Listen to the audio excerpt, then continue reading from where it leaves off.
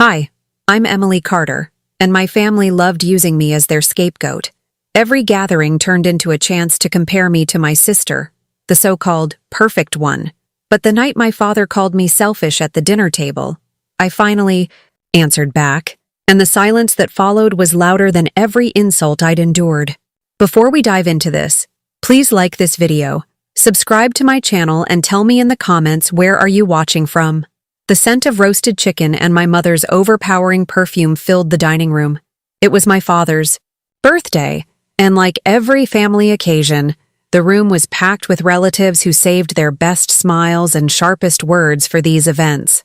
The table was a battlefield of passive aggression, laid out with fine china and silver cutlery. I sat quietly, pushing a single green bean around my plate, trying to become invisible. My father, Mark, stood up, his wineglass held high. He had a way of commanding a room, his voice booming with a confidence he never earned. He beamed at my older sister Lauren, who sat opposite me, soaking in the attention like a flower in the sun. "I want to make a toast," he began, his eyes twinkling. "To my daughter, Lauren. She just organized a fundraiser for the local animal shelter. She spent weeks on it, all on her own time. She is the most generous, selfless person I know. Always thinking of others." A chorus of "hear, hear," and murmurs of agreement went around the table. My Aunt Carol nodded enthusiastically. My mother dabbed her eye with a napkin, looking at Lauren with pure adoration. Lauren gave a modest, practiced smile. "Oh, Dad, it was nothing." My father wasn't finished. His eyes scanned the table and landed on me. The warmth in his expression vanished, replaced by a familiar, dismissive smirk. "It's a wonderful thing," he continued, his voice dripping with condescension, "to have a daughter who gives back." He paused for effect, making sure everyone was watching me. "Not like you," he said, pointing his glass in my direction. "Selfish, always thinking only of yourself." The words hung in the air for a second before the table erupted in a wave of uncomfortable, sycophantic laughter. It wasn't loud, roaring laughter. It was the quiet, nervous kind that signaled agreement without wanting to seem too cruel. It was the sound of people who were just glad the target wasn't them. My face burned, a hot, prickling shame that crawled up my neck. I stared down at my plate, the pattern on the china suddenly the most interesting thing in the world. This was nothing new. This was the story of my life, a script they had all memorized. I was the selfish one. Lauren was the saint. The roles had been assigned when we were children, and no amount of evidence to the contrary ever mattered. I remember being 8 years old and winning the school science fair. I had spent months building a model volcano that actually erupted with baking soda and vinegar. I came home with a big blue ribbon, my chest puffed out with pride. I ran into the living room and showed my parents. My father glanced up from his newspaper. "That's nice, Emily. Don't get the carpet dirty." That same week, Lauren drew a picture of a lopsided house with a stick figure family. My mother framed it and hung it in the hallway. "Look, Mark," she'd said, her voice full of wonder. "She's a real artist. So creative. When I was in high school, I worked a part-time job at a grocery store to save for college. Every weekend, while Lauren was at cheerleading practice, or going to parties, I was bagging groceries and mopping floors. I never complained. I was proud of the calluses on my hands. I applied for every scholarship I could find, and through sheer hard work, I got enough to cover my tuition at the state university.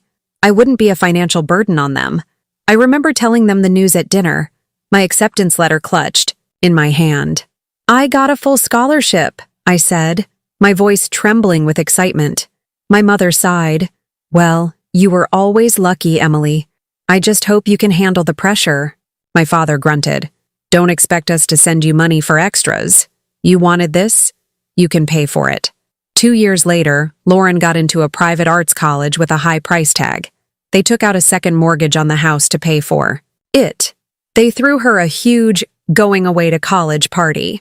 No one mentioned that I was already halfway through my degree, paying my own way, and sending money home whenever I could to help with the bills. That money was never acknowledged. It was just expected, like rent from a tenant. When I sent them $500 after a particularly good month of tips at the restaurant where I worked, my mother's only comment on the phone was, "It's a start, I suppose. Your sister is volunteering at a soup kitchen, you know. She gives her time. That's more valuable than money." The comparisons were endless, woven into the fabric of our family. Lauren was praised for her beauty. I was told I should try to smile more. Lauren was commended for her kindness. I was criticized for being too quiet, which they interpreted as being aloof and judgmental. Everything I did was wrong, and everything she did was right. I was the dark cloud, and she was the ray of sunshine. Over the years, I learned that the easiest way to survive was to stay silent, to just nod, endure the comments, and wait for the day to be over. Back at the dinner table, the assault continued. My father's comment had opened the floodgates. "He's right, you know," my Aunt Carol piped up, looking at my mother for approval. "Lauren always calls me on my birthday. She never forgets." She conveniently ignored the fact that I had driven her to 3 different doctor's appointments last month because she was afraid to go alone. My uncle Robert chimed in. "And that charity launch of hers was brilliant. She has a real heart for people, a natural giver." My mother let out a long, theatrical sigh and shook her head slowly, her gaze fixed on me with profound disappointment. She didn't need to say a word. Her expression said it all. "Why can't you be more like your sister?" Lauren just sat there, basking in the praise. She shot me a quick look, not of sympathy, but of pity, tinged with a smug satisfaction. It was the look of a winner. It was the look she'd been giving me our entire lives. My appetite was gone. The food in my mouth tasted like cardboard. I placed my fork and knife down on my plate, the clatter sounding unnaturally loud in my own ears. I clenched my fists in my lap, my nails digging into my palms. I could feel the eyes of 12 relatives on me, all of them silently agreeing with my father. I was the family disappointment, the selfish daughter, the broken cog in their perfect machine.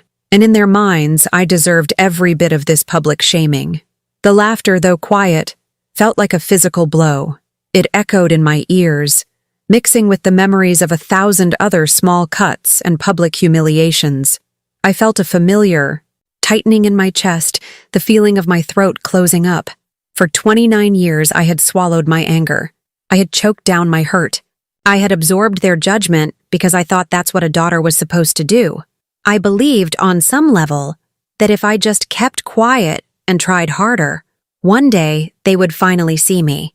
But sitting there, listening to them tear me down while celebrating a version of my sister that was only half true, I realized something. My silence wasn't earning me their love. It wasn't protecting me. My silence was giving them permission. It was a green light for them to continue. It told them that their words had no effect, that their opinions were fact, and that I agreed with their assessment of me. A strange calm washed over me. The knot of anxiety in my stomach didn't disappear, but it hardened into something else. It turned into resolve. The dam of years of suppressed pain and anger didn't burst, but a single clean crack appeared in it. Through that crack, a quiet, clear thought emerged. Not anymore. Tonight, I would not be their scapegoat. Tonight, the script was going to change. What none of them knew, what none of them had ever bothered to ask, was what I did when I wasn't in their line of fire. They saw me as the one who just takes, but the truth was, I was the one holding half of them together from the shadows. Last year, my Aunt May, not Aunt Carol, had called me in a panic. She had a medical emergency and no insurance. The hospital? Bills were piling up, and collectors were calling her day and night. She was terrified. I didn't tell her not to worry. I didn't offer empty words. I went to my bank, took out a significant portion of my savings, money I had been setting aside for a down payment on a small condo, and paid the bills for her. I funneled it through a third-party service so it would look like an anonymous donation from a charity. When she called me, crying with relief, I told her I was just glad she was okay. I never mentioned the money. 6 months ago, my cousin, Daniel, was about to drop out of college. He was working 2 jobs but couldn't cover his final year's tuition. He was one of the few people in the family who had always been kind to me. He never participated in the comparisons. I called him and told him I had some money from a wise investment. and wanted to loan it to him, interest-free. "Pay me back when you're a big-shot architect," I'd joked, knowing he probably never could. He didn't know I had sold my car and had been taking the bus to work ever since. And then, there was the biggest secret of all. Last spring, my father was laid off from his job. He was too proud to tell anyone, but my mother called me, weeping. They had missed 2 mortgage payments, and the bank was threatening foreclosure. The house they were all sitting in right now, the house where I was deemed selfish and ungrateful, was nearly lost. I took the rest of my condo savings and made the payments. I did it through my lawyer to ensure it remained anonymous. My parents thought the bank had made a clerical error and granted them a temporary reprieve. They never asked any questions. It was easier to believe in a miracle than to believe in me. And Lauren's charity launch? The one my uncle was just praising? I funded it. She came to me a few months ago, full of big ideas but with no capital. She'd spun a story about needing a small loan. I knew I'd never see the money again, but I gave it to her. I transferred $5,000 to her account. She told everyone the money came from private donors. I never did these things for praise. I did them because they were my family, and I thought that's what family did. You helped. You didn't. Keep score. But sitting at that table, I realized they had been keeping score all along, and all my points were on the wrong side of the ledger. The laughter died down, but the smirks remained. My father was still looking at me, waiting for me to shrink, to apologize, to be the person he expected me to be. I didn't raise my voice. I didn't cry. I took a slow, deliberate sip of water. I placed the glass down on the table with a soft click. Then I looked directly at my father. My voice, when it came out, was steady. It was unnervingly calm.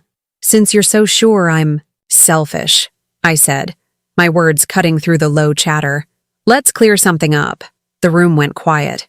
All eyes were on me. This was new territory. I never spoke back. I held my father's gaze. Who paid Aunt May's hospital bills when she was about to lose her house? I didn't wait for an answer. I shifted my eyes to my parents. Who kept this house from foreclosure last spring when you were 2 months behind on the mortgage? Finally, I looked at my sister, whose perfect smile was beginning to falter. "And Lauren," I said, my voice as gentle as steel, "who funded your charity launch?" The room didn't just go quiet. The air itself seemed to freeze. You could have heard a pin drop on the thick dining room carpet. The nervous energy was gone, replaced by a dense, heavy shock. Lauren's face went completely white. The color drained from her cheeks as if a plug had been pulled. Her mouth opened slightly, but no words came out. She looked like a fish gasping for air. My father's smirk vanished. His jaw went slack, his eyes widening in confusion and disbelief. He looked from me to Lauren, then to my mother, searching for an explanation. My mother gasped, a sharp, audible intake of breath. She put a hand to her chest. "What are you talking about, Emily?" she whispered, her voice barely audible. I didn't answer her. Instead, I reached for the simple manila folder I had placed beside my purse on the floor. I had brought it tonight, not with the intention of using it, but as a sort of security blanket. A reminder to myself that I knew the truth, even if they didn't. I placed the folder on the table and calmly slid it across the polished wood until it stopped in the center. Right next to the floral arrangement, inside were the receipts, the bank statements, the transfer confirmations, the legal notice from the bank regarding the house, the proof of everything I had just said. I let my gaze travel around the table, meeting the eyes of each person who had laughed just moments before. "Selfish people," I said, my voice still even and measured. "Don't stay quiet while paying everyone else's debts. Selfish people send out a press release. They want a trophy." I looked at my Aunt Carol. Selfish people don't drive their aunts to chemotherapy and sit with them for hours, holding their hand, and never mention it to anyone. I looked at my cousin Daniel's parents. Selfish people don't sell their car to help their cousin finish his education. My eyes finally settled on my parents. And selfish people most certainly don't get mocked by their own family for being takers while they are secretly carrying their financial burdens. I let the words sink in. No one dared to speak. No one moved. They were trapped, forced to confront a reality that shattered the comfortable narrative they had built for decades. The the good daughter and the bad daughter, the saint and the sinner. It was all a lie, and they were the ones who had written the fiction. My father finally found his voice, but it was not the booming, confident sound it had been before. It was thin, weak, and cracked. You could have told us," he stammered, trying to deflect the shame, to shift the blame back onto me one last time. It was a pathetic attempt, and we all knew it. I almost felt sorry for him. Almost. I looked at him, and then I looked around the entire table, at all of their stunned, guilty faces. "Why would I?" I replied, my voice softening not with weakness, but with a profound and final sadness. "I didn't do any of it for a thank you. I did it because it was the right thing to do. I didn't need to prove myself to you." I took a deep breath. "But tonight, I refuse to be your scapegoat anymore."